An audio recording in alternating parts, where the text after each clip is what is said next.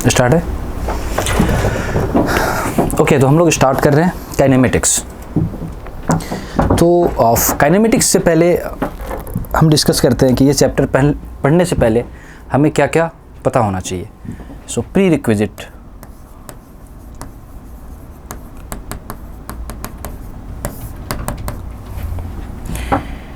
पहला तो ये कि जो बेसिक मैथमेटिक्स है, जैसे बेसिक मैथमेटिक्स में ट्रिग्नोमेट्री में जो किया है, कोऑर्डिनेट ज्योमेट्री, जो डिफरेंशिएशन इंटीग्रेशन किया है, वो आपको आना चाहिए। इसमें हम लोग डायरेक्टली यूज़ करेंगे। सो हम डायरेक्टली लिख रहे हैं कि बेसिक मैथमेटिकल टूल या बेसिक मैथमेटिक्स जो आपने फिजिक्स में पढ़ रखा है।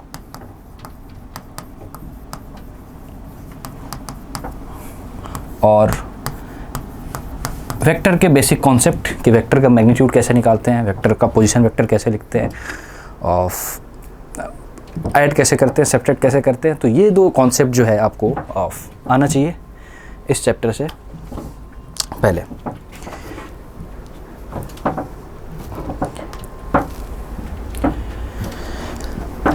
तो पहला है कि काइनेमेटिक्स पढ़ रहे हैं, तो काइनेमेटिक्स क्या है। तो काइनेमेटिक्स जो है वो मैकेनिक्स का वो ब्रांच है जिसमें हम सिर्फ मोशन के बारे में स्टडी करते हैं। मोशन के कॉज के बारे में नहीं करते कि ये मोशन में क्यों है, फोर्स कहाँ से लग रहा है, कौन सा फोर्स एक्ट कर रहा है, या टॉर्क कौन सा लग रहा है, उसमें हम इंटरेस्टेड नहीं है। इस चैप्टर में हम सिर्फ इंटरेस्टेड किस में है कि ऑब्जेक्ट मोशन में है तो उसका हम लोग वेलोसिटी निकालेंगे, डिस्प्लेसमेंट निकालेंगे, एक्सेलरेशन निकालेंगे। तो ये सभी क्वांटिटी हम लोग मेजर करेंगे, लेकिन हम इसमें इंटरेस्टेड नहीं है कि वो मोशन में क्यों है। सो ये this is branch of mechanics इन विच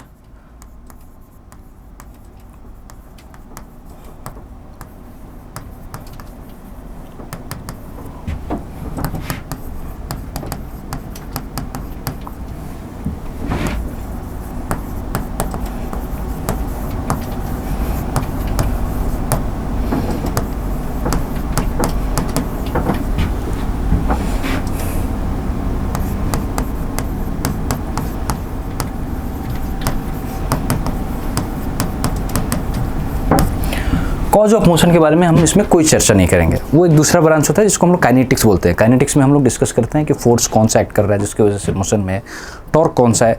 तो वो जो पढ़ेंगे हम लोगों को काइनेटिक्स है, जो दूसरा पार्ट है इसका मैकेनिक्स का। बट फिलहाल हम लोग काइनेमेटिक्स कर रहे हैं, तो we will only study about the motion, सिर्फ मोशन के बारे में हम लोग डिस्कस करेंगे। नेक्स्ट है कि ऑब्जेक्ट। जब भी हम लोग बात करते हैं कि मोशन ऑफ ऑब्जेक्ट, तो इसमें मोशन जो वर्ड है, मोशन को सबसे पहले हम लोग डिफाइन करते हैं कि जैसे कोई भी ऑब्जेक्ट है वो उसको मोशन में हम कब बोलेंगे, जब वो टाइम के साथ जो है वो पोजीशन चेंज कर रहा है। जो मोशन है वो एक रिलेटिव वर्ड है। रिलेटिव वर्ड का मतलब क्या है कि कोई भी ऑब्जेक्ट हम ऐसे नहीं बोल सकते हैं कि वो एब्सोल्यूट मोशन में है या एब्सोल्यूट रेस्ट में है। That depends on the observer. So इसमें दो मेन पॉइंट है, ऑब्जेक्ट एंड ऑब्जर्वर। ऑब्जेक्ट वो है जिसके हम लोग मोशन का स्टडी करेंगे, और ऑब्जर्वर वो है जो उसके मोशन को स्टडी करेगा, जिसके रिस्पेक्ट में हम लोग बात करेंगे डिस्प्लेसमेंट, जिसके रिस्पेक्ट में हम लोग मेजर करेंगे। लाइक जैसे एक ऑफ 9th क्लास में जो हम लोग डिस्कस आपने किया पढ़ा होगा ये कि जैसे एक ऑफ कार में बैठा हुआ या बस में बैठा हुआ एक पर्सन, बस में बैठे हुए पर्सन के लिए वो क्या है, रेस्ट में है, जबकि जो बाहर है उसके लिए वो क्या है, मोशन में है। तो हम ऐसे नहीं बोल सकते हैं कि एब्सोल्यूट मोशन या एब्सोल्यूट रेस्ट, जैसा कोई वर्ड नहीं है। किसी को भी हम ऐसे एब्सोल्यूट मोशन या एब्सोल्यूट रेस्ट नहीं बोल सकते। तो ऑब्जेक्ट वो है जिसके हम लोग क्या करेंगे, स्टडी करेंगे मोशन का। जैसे मान लीजिए अगर हम लोग बात करें कि एक चिड़िया जो है वो उसके मोशन का हम लोग एनालिसिस कर रहे हैं, तो यहाँ पे ऑब्जेक्ट क्या हो गया, चिड़िया हो गई। अगर हम लोग कार के मोशन के स्टडी कर रहे हैं तो ऑब्जेक्ट क्या हो गया, कार हो गया। तो जिसके भी हम लोग मोशन का स्टडी करेंगे वो क्या होगा, ऑब्जेक्ट होगा। ओके, और जिसके रिस्पेक्ट में करेंगे, जो ऑब्जर्व करेगा वो क्या होगा, ऑब्जर्वर होगा। तो ये दो कॉन्सेप्ट इंपॉर्टेंट है। अगर ये कहीं पे लिखा हुआ है कि this object is in motion, तो ये अपने आप में एक ट्रू नहीं है, कंप्लीट ट्रू नहीं है। वो बताना पड़ेगा कि किसके रिस्पेक्ट में मोशन में है। जैसे एक एग्जांपल हम लोग लेते हैं, जैसे अर्थ जो है वो मोशन में है, लेकिन हमें दिखता नहीं है, हमें तो दिखता है कि अर्थ रेस्ट में है। अगर ऐसे दिमाग में है कि अर्थ मूव कर रहा है, तो ऐसा तो होता नहीं है। बट अर्थ मोशन में है किसके लिए, सन के अराउंड मूव कर रहा है, तो किसी दूसरे प्लानेट के रिस्पेक्ट में वो मोशन में है, बट हमें दिखता नहीं है क्योंकि हम भी इसी के साथ घूम रहे हैं। तो हमारे लिए क्या हो गया, रेस्ट में हो गया। तो मोशन में आपको दो चीज़ इंपॉर्टेंट है, ऑब्जेक्ट एंड ऑब्जर्वर। तो ऑब्जेक्ट क्या हो जाएगा, जिसके मोशन के हम लोग एनालिसिस करेंगे, और ऑब्जर्वर क्या होगा, जिसके हम लोग, जो ऑब्जर्व करेगा उसके मोशन को। सो ऑब्जेक्ट एंड ऑब्जर्वर जो है। अब आता है next point is position vector. तो यहाँ पे मान लेते हैं कि हम ए जो है एक पर्सन, वो बी के मोशन को क्या कर रहा है, स्टडी कर रहा है। बी मान लो इधर जा रहा है या इधर जा रहा है, जैसे भी जा रहा है। A is the observer and B is the object जो कि मोशन में है, राइट। तो ए ऑब्जर्व कर रहा है, तो जो पोजीशन वेक्टर होगा वो ए से लेकर के बी तक, इस वेक्टर को हम लोग बोलेंगे position vector. And how we will write this, R A B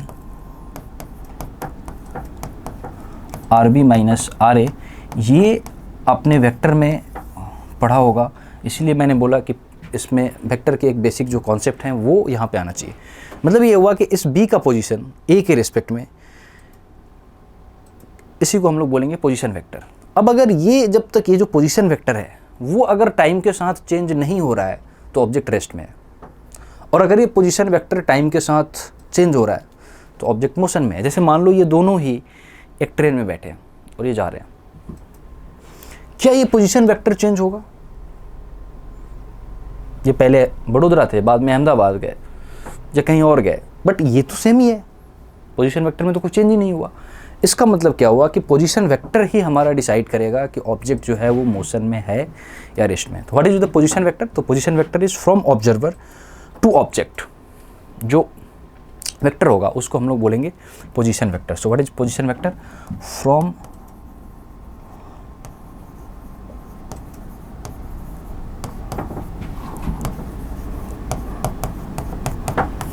ये होगा हमारा position vector, and this position vector will decide that object is in motion और रेस्ट। जैसे अगर हम लोग बात कर रहे हैं कि ट्रेन में बैठा हुआ एक आदमी दूसरे आदमी के लिए क्या है, वो मोशन में नहीं है, लेकिन बाहर प्लेटफॉर्म पे बैठे हुए आदमी के लिए वो मोशन में है। तो ये क्यों है? क्योंकि उसका पोजीशन वेक्टर टाइम के साथ चेंज हो रहा है।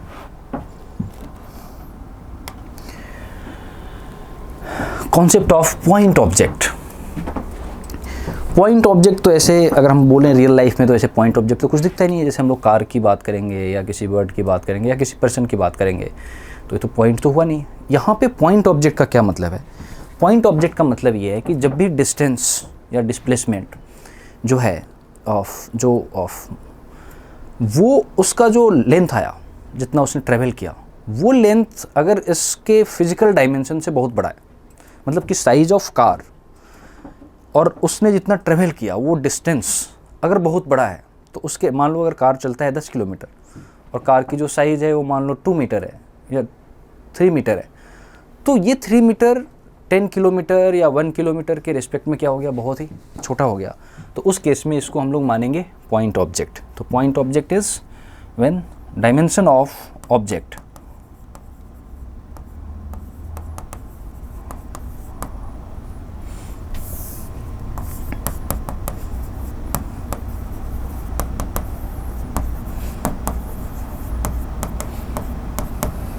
is very very less than the distance। तो ऐसे केस में हम लोग मानेंगे वो कि पॉइंट ऑब्जेक्ट है। सो दिस इज कंडीशन कि हम पॉइंट ऑब्जेक्ट, तो जनरली हम लोग जो इसमें डिस्कस करेंगे काइनेटिक्स में वो या काइनेमेटिक्स में या जो भी डिस्कस करेंगे हम लोग वो डिस्कस करेंगे पॉइंट ऑब्जेक्ट के बारे में। साइज़ को हम लोग क्या करेंगे, नेग्लेक्ट करेंगे, बिकॉज हमें फोकस किस पे करना है, हमें फोकस करना है मोशन पे। ओके, नेक्स्ट है state of rest and motion. तो जैसे अगर हम लोग बात करते हैं कि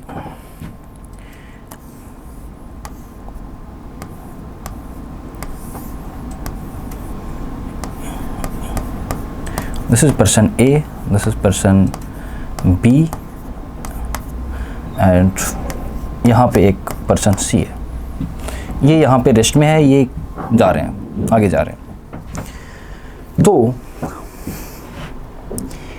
अगर हम बात करें कि अगर ए को हम ऑब्जर्वर मानते हैं कि ए ऑब्जर्व कर रहा है किसका मोशन, बी का, B is the object, A is the observer, तो क्या इस केस में पोजीशन वेक्टर वेरी कर रहा है?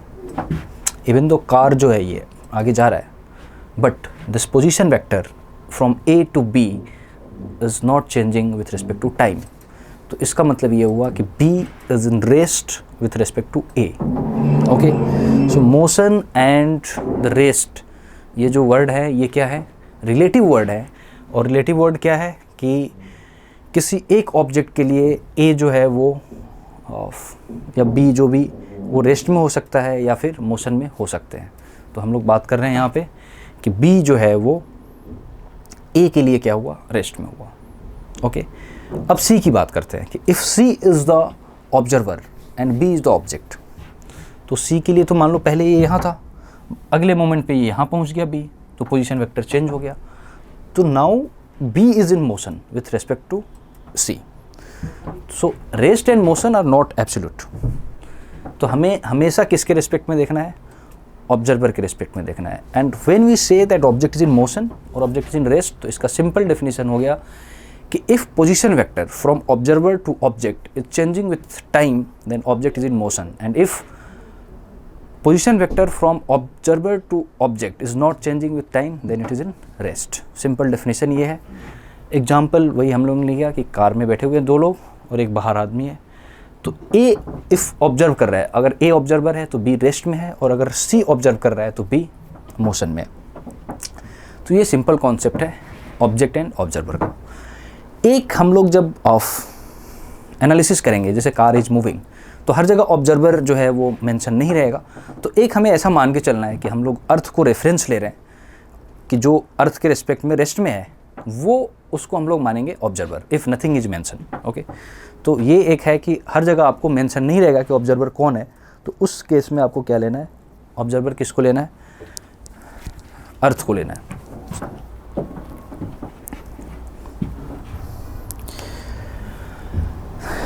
सो मोस्ट इम्पॉर्टेंट टॉपिक जो इस चैप्टर में जो डिस्कस करना है और आज के लेक्चर का जो है वो है डिस्टेंस एंड डिस्प्लेसमेंट, जो आप बहुत दिनों से पढ़ते आ रहे हैं। So what is distance and what is displacement. So distance क्या होता है, टोटल पाथ लेंथ।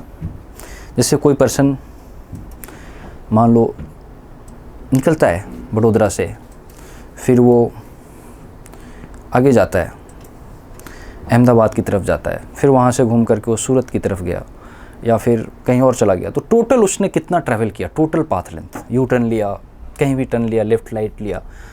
तो डिस्टेंस को हम कैसे मेजर करेंगे, is total path length. Simple meaning इसका क्या है, total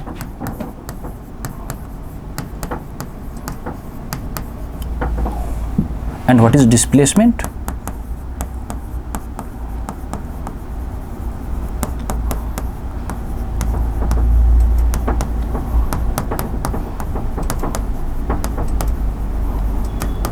shortest path length. So ये 2 इसके की पॉइंट है।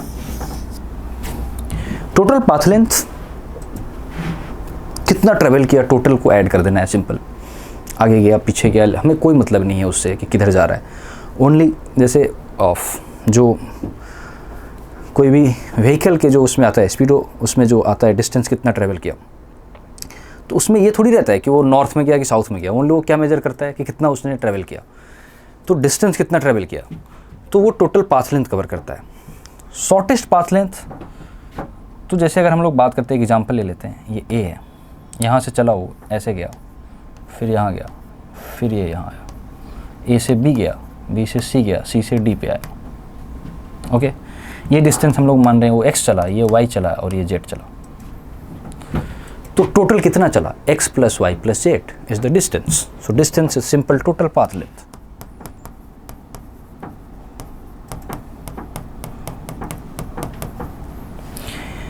डिस्प्लेसमेंट हमेशा क्या होगा, शॉर्टेस्ट पाथ होगा। और शॉर्टेस्ट पाथ जो है वो हमेशा एक प्रिसाइज एक ही पाथ होगा। ऐसा शॉर्टेस्ट के लिए है ना, बोलते हैं ना कि शॉर्टकट ही रास्ता है, तो एक ही रास्ता है। ऐसा नहीं है कि इधर से भी जाओ तो शॉर्ट पड़ेगा, इधर से भी जाओ तो शॉर्ट, ऐसा नहीं है। This is the shortest path. अगर इस केस में अगर हम बात करें तो ये हमारा क्या है, शॉर्टेस्ट पाथ है। ये फिक्स है कि यही शॉर्टेस्ट पाथ होगा, राइट। तो अगर हमें ए से डी जाना है, ए से डी जाना है, तो शॉर्टेस्ट पाथ फिक्स है कि यही वाला पाथ, इसी डायरेक्शन में आपको जाना पड़ेगा, राइट। तो वही ए से डी तक जो होगा, इसको हम लोग मान लेते हैं, suppose this is X dash. So इस केस में डिस्प्लेसमेंट कितना हो जाएगा, एक्स डैश। ओके, तो distance is total path length, कितना टोटल चला, displacement is shortest path length. अब यहाँ से एक दो कंक्लूजन निकल के आता है जो 9 से ही पढ़ रहे हैं कि distance is scalar and displacement is vector. Why distance is scalar and why displacement is vector? Because distance में हम ये देखते ही नहीं है कि वो लेफ्ट गया, राइट गया, नॉर्थ गया, साउथ गया, हम सिर्फ किस में इंटरेस्टेड हैं कि वो कितना चला, टोटल कितना चला। तो उसको डायरेक्शन से कोई लेना देना नहीं है, इसलिए वो क्या है, स्केलर क्वांटिटी है। Distance is scalar quantity. And displacement, because A से डी जाना है तो शॉर्टेस्ट पाथ यही वाला होगा, दिस फिक्स डायरेक्शन, इसलिए ये क्या है, वेक्टर क्वांटिटी है। तो एक इन दोनों के बारे में एक और इंपॉर्टेंट पॉइंट आ गया। क्या इंपॉर्टेंट पॉइंट आ गया कि distance is scalar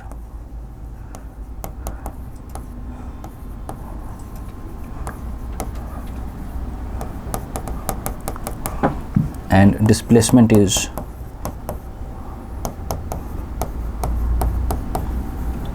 vector quantity. इसके पीछे का रीज़न मैंने बताया क्या है, क्योंकि डिस्टेंस में हम लोग को इंटरेस्टेड ही नहीं रहते हैं कि वो किधर जा रहा है, डायरेक्शन से कोई मतलब नहीं है। सिर्फ हम क्या काउंट करते हैं, हम सिर्फ काउंट करते हैं कि वो कितना चला। और डिस्प्लेसमेंट में चूँकि प्रिसाइज हो गया कि शॉर्टेस्ट, तो शॉर्टेस्ट तो एक पार्टिकुलर डायरेक्शन होगा यहाँ से यहाँ तक, इसलिए उसमें डायरेक्शन आ गया, इसलिए हम लोग उसको वेक्टर क्वांटिटी लेते हैं और डिस्टेंस को स्केलर होता है। So distance total path length and displacement is shortest path length. कुछ और इनके बीच में डिफरेंस देखते हैं हम लोग। डिस्टेंस और डिस्प्लेसमेंट में बड़ा कौन होगा? तो अभी हम लोगों ने देखा कि डिस्टेंस में हम सभी पाथ्स को ऐड करते हैं और शॉर्टेस्ट, डिस्प्लेसमेंट इज शॉर्टेस्ट, तो इसका मतलब ये है कि डिस्प्लेसमेंट इज लेस देन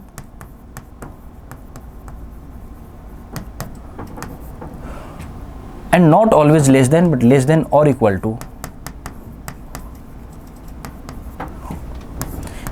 कब आएगा? तो इक्वल टू आएगा जब क्या होगा, ऑब्जेक्ट स्ट्रेट लाइन में जा रहा है। जैसे मान लो यहां से चला और ये यहां पहुंचा और वो गया ही ऐसे है, तो इस केस में जो उसका डिस्टेंस है वही शॉर्टेस्ट पाथ है। तो इस केस में फिर डिस्टेंस और डिस्प्लेसमेंट क्या हो जाएगा, एक ही हो जाएगा। तो कुछ केसेस में ऐसा है कि डिस्टेंस और डिस्प्लेसमेंट क्या होगा, एक इक्वल होंगे। बाकी मैक्सिमम केस में डिस्टेंस जो होगा वो हमेशा क्या होगा, डिस्प्लेसमेंट से बड़ा होगा। तो हम बोल सकते हैं कि डिस्प्लेसमेंट इज लेस देन और इक्वल टू डिस्टेंस। ओके, तो ये एक डिफरेंस हो गया। तो पहला डिफरेंस तो था कि distance is total path length and displacement is shortest path length. Second is distance is a scalar quantity and displacement is vector quantity. Third is displacement is less than or equal to distance, and when it is equal to, when object is traveling on the straight path and not returning back, सिर्फ सीधे जा रहा है, वापस नहीं आ रहा है। वापस आएगा तो अगेन डिस्टेंस डिस्प्लेसमेंट अलग हो जाएगा। सिर्फ सीधे जा रहा है, जैसे मान लो A से B तक गया और दूसरा केस लो वो यहाँ गया और यहाँ से रिटर्न आ गया, तो ये चला तो स्ट्रेट पाथ में है, लेकिन इस केस में फिर डिस्टेंस और डिस्प्लेसमेंट क्या हो जाएगा, अलग अलग हो जाएगा। तो कंडीशन क्या हो जाएगा, डिस्टेंस और डिस्प्लेसमेंट इक्वल हो कि ऑब्जेक्ट सीधे जा रहा है और रिटर्न नहीं आ रहा है, स्ट्रेट पाथ में जा रहा है, वापस नहीं आ रहा है। तो इस केस में डिस्टेंस और डिस्प्लेसमेंट क्या होगा, सेम होगा। बाकी सारे केस में डिस्टेंस जो है वो बड़ा होगा डिस्प्लेसमेंट से। अगला डिफरेंस हम लोग करते हैं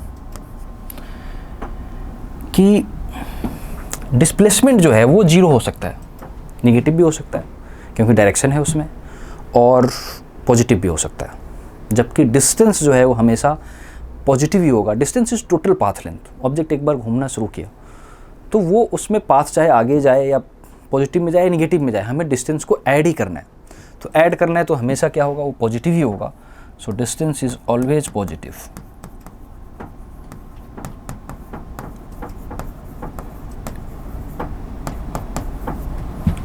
and displacement may be positive, negative और जीरो। तो ये एक डिफरेंस हो गया डिस्टेंस और डिस्प्लेसमेंट में। तो ये सभी बेसिक डिफरेंस जो आपने पढ़ रखा होगा। अब हम लोग एक और डिफरेंस के बारे में डिस्कस करते हैं कि क्या टाइम के साथ में डिस्टेंस डिक्रीज हो सकता है? क्या ऐसा हो सकता है कि ऑब्जेक्ट कोई मान लो 12 बजे चलना शुरू किया 12:30 बजे तक वो 10 किलोमीटर चला और 12:40 पे वो 8 किलोमीटर हो गया, ऐसा पॉसिबल नहीं है। मतलब कि टाइम के साथ डिस्टेंस हमेशा बढ़ेगा या फिर कांस्टेंट रहेगा। ऐसा नहीं हो सकता है कि डिस्टेंस जो है वो टाइम के साथ घटे, ऐसा पॉसिबल नहीं है, क्योंकि उसमें ऐड होना है। ऑब्जेक्ट मोशन में रहेगा तो डिस्टेंस क्या होगा, बढ़ेगा। ऑब्जेक्ट रेस्ट हो जाएगा तो डिस्टेंस क्या हो जाएगा, कांस्टेंट हो जाएगा। तो ये पॉसिबल नहीं है कि डिस्टेंस जो है वो टाइम के साथ डिक्रीज हो। तो हम ऐसा बोल सकते हैं कि डिस्टेंस जो है टाइम के रिस्पेक्ट में नॉन डिक्रीजिंग फंक्शन है। नॉन डिक्रीजिंग का मतलब कि डिक्रीज नहीं करेगा, या तो कांस्टेंट रहेगा या इंक्रीज करेगा। जबकि डिस्प्लेसमेंट क्या है, वो आगे जाया और फिर पीछे आ गया, तो इसमें क्या हो रहा है, डिस्प्लेसमेंट डिक्रीज हो रहा है। जैसे इस वाले केस में यहाँ तक तो क्या हुआ, डिस्प्लेसमेंट बढ़ रहा है, डिस्टेंस भी बढ़ रहा है, बट जब वो रिटर्न आ रहा है तो डिस्टेंस तो बढ़ रहा है लेकिन डिस्प्लेसमेंट क्या हो रहा है, घट रहा है। तो हम ऐसे बोल सकते हैं कि distance is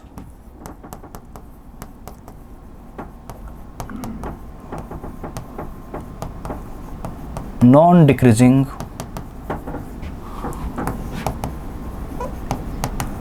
function of time. Non decreasing मतलब आइदर कांस्टेंट और इंक्रीजिंग, टाइम के साथ या तो बढ़ेगा या फिर कांस्टेंट रहेगा। Whereas displacement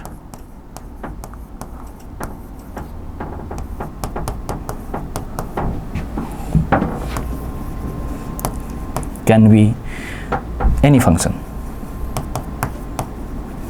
increasing, decreasing और constant. Decreasing, increasing, non decreasing, non कुछ भी हो सकता है। डिस्प्लेसमेंट पे कोई पाबंदी नहीं है, क्योंकि वो टाइम के साथ बढ़ भी सकता है, घट भी सकता है, कांस्टेंट भी रह सकता है। तो ये एक जिसको हम लोग बोल सकते हैं कि मैथमेटिकल डिफरेंस जो है डिस्टेंस और डिस्प्लेसमेंट में है, non decreasing and any function, decreasing और इंक्रीजिंग। ओके, अब कुछ हम लोग सवाल डिस्कस करते हैं वेक्टर से ये डिस्टेंस और डिस्प्लेसमेंट पे। इस क्वेश्चन से पहले कुछ हम लोग क्वेश्चन एग्जाम्पल लेते हैं। पहला example,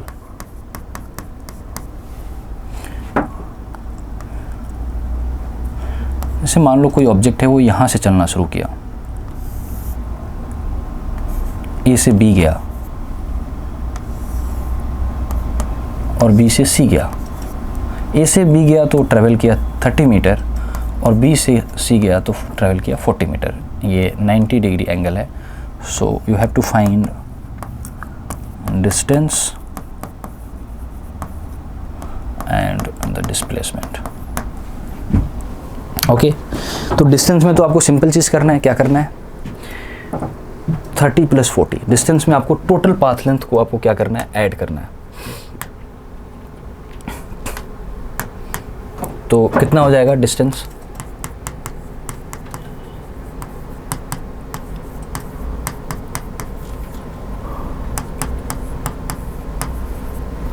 and what is displacement. इस केस में डिस्प्लेसमेंट क्या हो जाएगा, शॉर्टेस्ट पाथ कौन सा है, ये वाला। ये 30 है, ये 40 है, तो ये कितना हो जाएगा,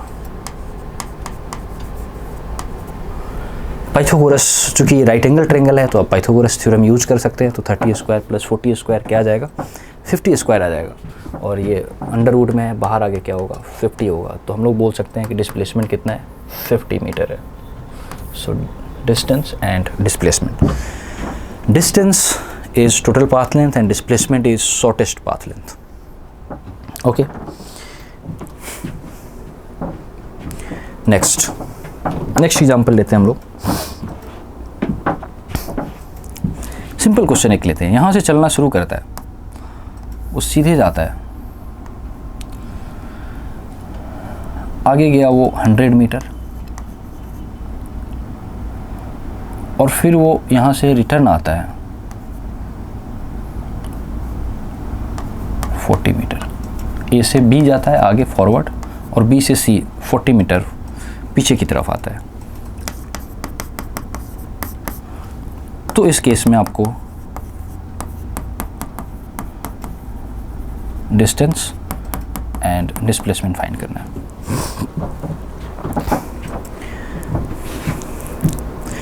तो क्या हो जाएगा, डिस्टेंस निकालने के लिए कुछ नहीं करना है, आपको सिंपल ऐड करते जाना है कि वो कितना चला। तो आगे ए से बी गया तो कितना चला ए से बी गया तो कितना चला 100, और बी से सी में कितना चला 40. सो what is distance is 100 plus 40 is displacement. क्या हुआ? तो डिस्प्लेसमेंट तो ये वाला हुआ, यहाँ से यहाँ तक पूरा 100 है, ये 40 है, तो ये कितना हो जाएगा 100 माइनस 40, एंड 100 माइनस 40 इज 60. तो 60 metre is displacement and 140 metre is distance for this example. बहुत ही बेसिक क्वेश्चंस ले रहे हैं हम लोग. नेक्स्ट एक और क्वेश्चन देखते हैं.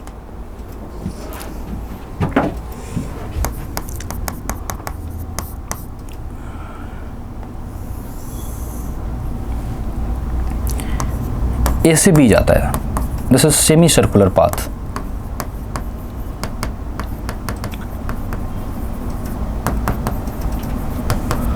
और इसका रेडियस ले लो आप 70 metre. So you have to find distance and displacement.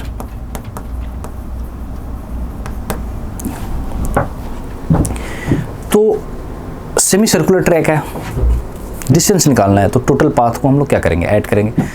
तो सेमी सर्कल का लेंथ पेरीमीटर, तो कंप्लीट सर्कल का कितना होता है 2 पाई आर.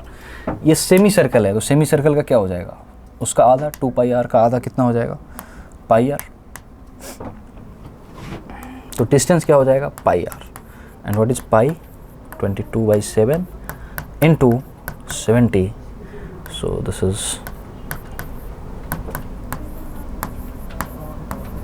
क्या हो गया 220. Next displacement. तो डिस्प्लेसमेंट क्या होगा, शॉर्टेस्ट पाथ. तो शॉर्टेस्ट कौन सा वाला होगा, ये वाला शॉर्टेस्ट हो जाएगा. ये क्या हो जाएगा, ये है रेडियस और ये भी रेडियस, तो ये कितना हो गया 2r. So what is displacement is 2r. So this is 2 into 70.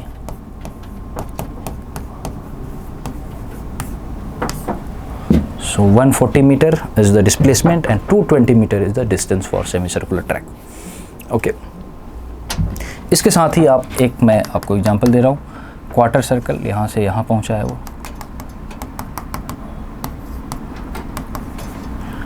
इस केस में आप फाइंड करो डिस्टेंस एंड डिस्प्लेसमेंट. रेडियस आप वही ले लो, रेडियस इज अगेन 70 मीटर.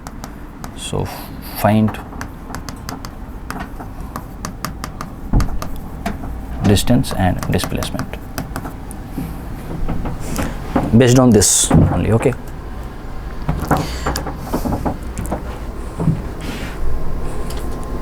अब नेक्स्ट कुछ हम लोग क्वेश्चन देखते हैं मॉड्यूल से. पहला एग्जांपल है, particle start from the origin, goes along the X axis to the point 20 0 and then return along the same line -20 0. Find the distance and the displacement. Origin से चलता है, तो पहले तो आपको इसको पूरा दिखाना पड़ेगा कि ये टोटल जो है वो कितना चल रहा है, राइट. ओरिजिन से जब चल रहा है तो ये हमारा एक्स एक्सिस हो गया, दिस इज द ओरिजिन. पहले क्या किया, वो आगे की तरफ गया. आगे कहाँ गया, यहाँ से चल करके आगे गया कहाँ तक 20 0 तक.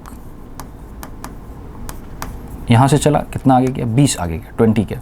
फिर यहाँ से इसी पाथ से वो रिटर्न हुआ, रिटर्न होकर के कहाँ तक पहुँचा, ये यहाँ पहुँचा. And this is -20 0. तो ये यहाँ से चलता है ओ से वो मान लो ये पॉइंट ए है, ओ से ए जाता है 20 मीटर आगे जाता है. फिर वो रिटर्न होता है, फिर वो यहाँ पहुँचता है. तो ओ से ए गया तो 20 मीटर चला, फिर ये रिटर्न आया, फिर से ये 20 चला और फिर से ये 20 चला. तो टोटल कितना चला, तो डिस्टेंस 20 + 20 + 20 इट इज 60.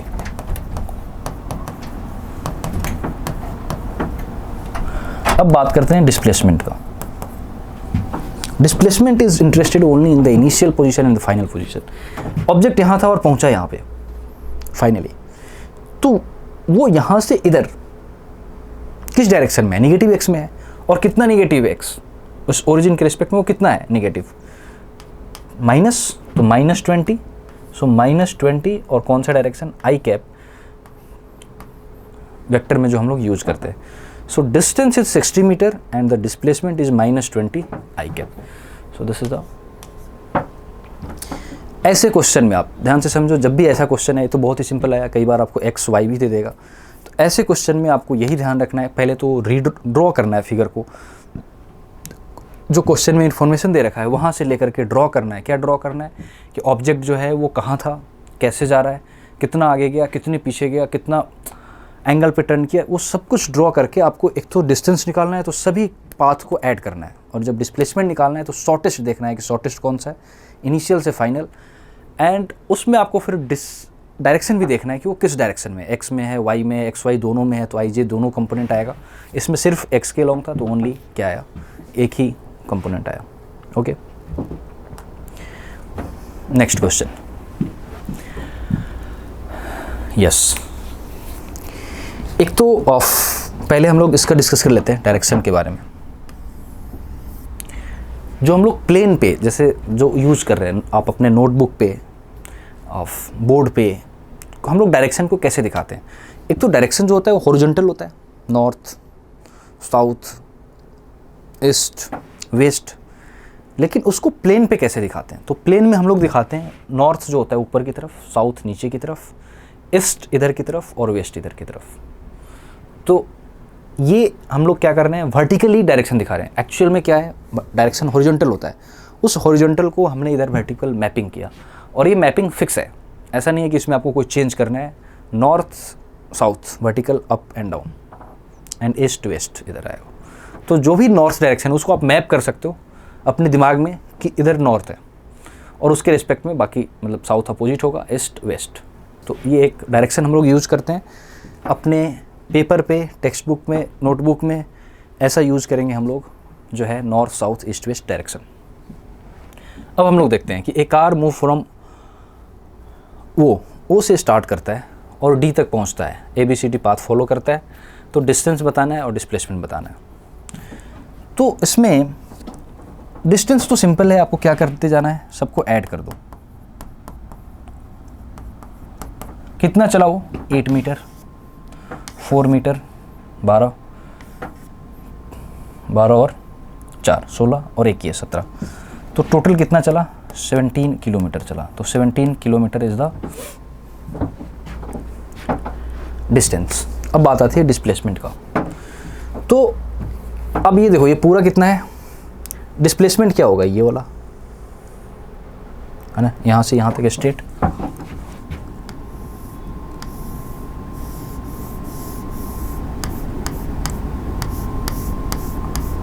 ये डिस्प्लेसमेंट होगा जो हमें फाइंड करना है। तो उसको हम लोग देखते हैं, राइट, क्या हमारा ज्योमेट्री से सॉल्व हो जा रहा है। इसके दो तरीके हैं, या तो आप IJK के फॉर्म में कर लो, या फिर आप ज्योमेट्री से सॉल्व करो। इसलिए मैंने बेसिक जब पढ़े थे तो मैं बोला कि इसके लिए प्री रिक्विजिट क्या है कि आपको coordinate geometry, basic trigonometry, differentiation, integration, ये सब चीज़ें आनी चाहिए आपको। वेक्टर को कैसे ऐड करना है, कैसे लिखना है, कैसे मैग्नीट्यूड निकालना है। तो ये पूरा कितना है, 8, ये 4 हो गया। तो हम क्या ऐसा बोल सकते हैं कि ये 4 मीटर है, 4 किलोमीटर है, बिल्कुल।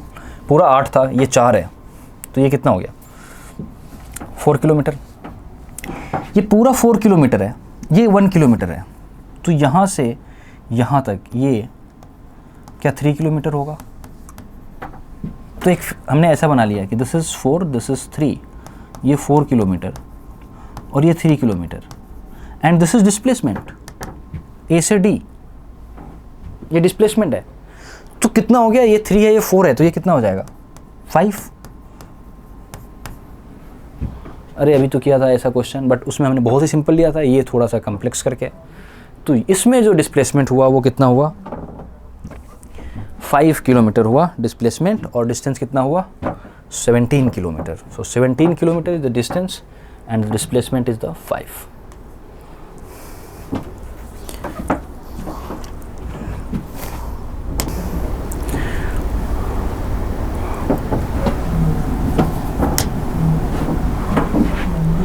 नेक्स्ट क्वेश्चन है body initially having position vector R A 2i cap plus J cap plus 4k cap और वो मूव करता है to g 6i cap 9j cap 2k cap, find the change in position of the. तो vector का जो concept है जो हम लोगों ने पढ़ा था कि R A B is R B minus R A, final minus initial. What is final? वो फाइनली कहाँ पे पहुँचा? 6i cap plus 9j cap minus 2k cap. इसमें से माइनस करना है initial, and initial is 2i cap minus j cap and minus 4k cap. अब simple vector का आपको इसमें माइनस आना चाहिए, सब्ट्रैक्ट करना आना चाहिए। 6i cap minus 2i cap is 4i cap, 9j cap minus 8j cap and minus 2k cap and plus minus 4, तो it is minus 6k cap. ये आ गया। तो the answer is 4, 8 and 6 minus 6। So 4, 8 and minus 6। सो ये final position minus initial position is the displacement, change in position.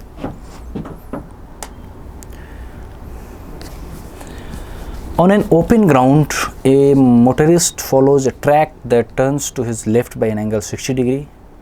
Every 500 meter starting from the given turn, specify the displacement of the motorist at the 3rd, 6th and the 8th turn. Compare the magnitude of the displacement with the total path length covered by the motorist in each case. Okay मतलब ये है कि यहाँ से वो चलता है 500 metre चला और वो लेफ्ट की तरफ टर्न करता है कितने एंगल पे? 60 डिग्री पे। फिर से वो 500 मीटर चला, फिर से वो 60 डिग्री पे टर्न किया,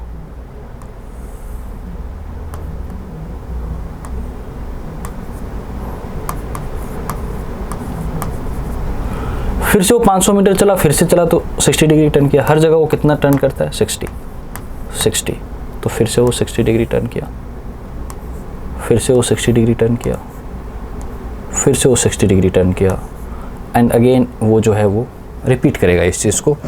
तो हर एक 60 डिग्री और इक्वल जब हम लेंथ लेंगे तो एक ये रेगुलर हेक्सागोन बनेगा और जिसके साइड क्या होंगे? इक्वल होंगे 500 मीटर। ये तो हमें समझ आ रहा है। ओके तो अब हम लोग बात करते हैं कि डिस्टेंस और डिस्प्लेसमेंट को करना है कवर कहाँ पे? At 3rd, 6th and the 8th turn. तो पहला टर्न ये रहा, दिस इज द, यहाँ पे उसने लिया फर्स्ट टर्न, यहाँ पे उसने लिया सेकेंड टर्न, यहाँ पे लिया उसने third, this is the 4th, this is the 5th and this is the 6th। यहाँ से वो चला था, ये इसका स्टार्टिंग पॉइंट है। तो यहाँ से जब चल रहा है वो, तो पहली 500 मीटर चला, फिर 500 चला, फिर 500 चला, तो थर्ड टर्न पे जब पहुँचा तो इस केस में डिस्टेंस कितना हो गया? 500 500 is 1500 metre. Now what is displacement? Displacement क्या हुआ?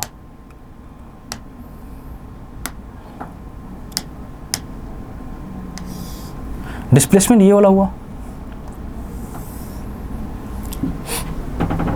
राइट? ये डिस्प्लेसमेंट हुआ। तो उसको हम लोग कैसे निकालेंगे? ज्योमेट्री का यूज करके। तो अगर हम लोग इसको, चूंकि ये एक रेगुलर हेक्सागोन है इक्वल साइड, तो ये 60 हो गया, तो ये पूरा 120 होगा, तो ये कितना हो जाएगा? 60 and again this will be also be 60, तो ये भी कितना हो जाएगा? 60। तो 60, 60 एंड 60 इक्वल एंगल, तो इक्वल साइड, तो ये 500, तो ये भी 500 मीटर हो जाएगा और ये भी 500 मीटर हो गया। So 500 and this is also 500। So what is the total at the third turn? Displacement is 1000 metre. Next 6th turn, 6th turn यहाँ पे पहुँचेगा, तो 6th टर्न पे डिस्प्लेसमेंट क्या हो गया? 0।